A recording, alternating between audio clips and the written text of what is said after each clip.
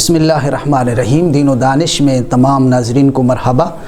آج ہم دینی چند مسائل کے اوپر گفتگو کریں گے۔ آج کا سب سے پہلا سوال یہ ہے کہ وقت نزا کون سی صورتیں پڑھنی چاہیے اہل خانہ کو جب کسی مسلمان کے اوپر موت کا وقت آ جائے، یعنی آثار موت اس پر ظاہر ہو جائیں، اس کی آواز بیٹھ جائے، اس کے کان سرخ ہو جائیں، ناک دب جائے، تو ان صورتوں میں سب سے پہلے جو کام ہے وہ یہ ہے، وہاں جو خواتین ایسی ہیں جو ماہواری میں ان کو باہر نکال دینا چاہیے اور سورہ یاسین اور سورہ رعد کی تلاوت کرنی چاہیے۔ جس میت کے سرانے یا دائیں بائیں سورہ یاسین کی تلاوت یا سورہ رعد کی تلاوت کوئی کرے گا، اللہ سبحانہ و تعالی اپنی آیات البینات کی برکت سے اس کے لیے روح کی نکلنے کی جو ہے وہ آسانی پیدا کر دے گا اور آسانی سے اس کی روح نکل جائے گی اور نزا کی تکلیف سے محفوظ رہے گا۔ اس کے ساتھ ساتھ ایک بندے نے مسئلہ پوچھا کہ بازار میں جب بندہ جائے تو کیا پڑھے؟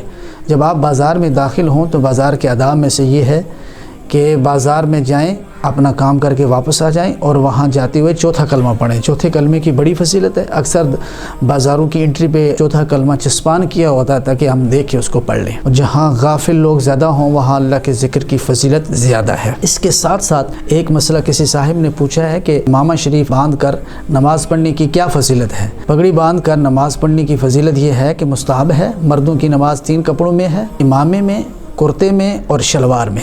اور ایک حدیث کے اندر آتا ہے کہ جو لوگ جمعے کے دن پگڑی پہنتے ہیں اللہ ان پر رحمت بھیجتا ہے اور اس کے فرشتے دعائیں رحمت کرتے ہیں۔ اسی طرح ایک سوال ہے کہ حالت حیض میں کھانے اور پینے کی جو دعائیں ہوتی ہیں بعد اور شروع والی، وہ پڑھنی چاہیے عورت کو یا نہیں پڑھنی چاہیے؟ جی، آپ مسنون دعائیں جتنی بھی ہیں کھانے پینے کی وہ آپ پڑھ سکتے ہیں، استغفار بھی کر سکتے ہیں، درود شریف بھی پڑھ سکتے ہیں، ذکر بھی کر سکتے ہیں، لیکن جب آپ درود شریف پڑھیں تو اسپیشلی آپ وضو کر کے درود شریف بارگاہ مصطفیٰ صلی اللہ علیہ وسلم میں بھیجیں۔ ادب کے تقاضے یہی ہے کہ باوضو ہو کر درود پڑھا جائے۔ اور اسی طرح بعض دوستوں نے یہ سوال پوچھا ہے کہ عورت جو ہے ماہواری میں ذکر کر سکتی ہے؟ جی کر سکتی ہے، وضو کر کے مصلی پہ بیٹھ جائے، نماز کی عادت بھی ترک نہیں ہوگی اور تسبیح کرتی رہے۔ صحبت کے دوران بات کرنے کا کیا حکم ہے؟ جی اس دوران بات کرنا مکروہ ہے، فرشتوں کو تکلیف ہوتی ہے۔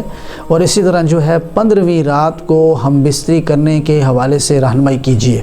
جی 15ویں رات کو بعض کتب میں یہ لکھا ہے کہ طب کی کتابوں میں شیاطین حاضر ہوتے ہیں اور اس وقت اپنی بیوی سے ہم بستری نہیں کرنی چاہیے۔ اور وقت جماع قبلے کی طرف منہ کرنا کیسا ہے؟ مکروہ ہے، قبلے کے احترام ہے، اس کی طرف پاؤں بھی نہیں پھیلانے چاہیے اور جو ہے اسی طرح تھوکنا بھی نہیں چاہیے اور اس کی طرف حالت جماع میں باتیں بھی نہیں کرنی چاہیے۔ جمعہ کی رات کو صحبت کرنے کا کیا فائدہ ہے؟ جمعہ کی رات کو جو اپنی بیگم کے پاس جائے گا، قربت کرے گا، اس کی اولاد نیک اور صالح پیدا ہوگی، عالم دین پیدا ہوگی۔ اللہ سبحانہ و تعالی ہم سب کو دین کی صحیح سمجھ عطا فرمائے اور اس پر عمل پیرا ہونے کی توفیق عطا فرمائے۔ اللہ تعالی ہم کو وقت کے فتنوں سے پناہ عطا فرمائے۔ دیکھتے رہیے SSTV، وما توفیقی الا باللہ۔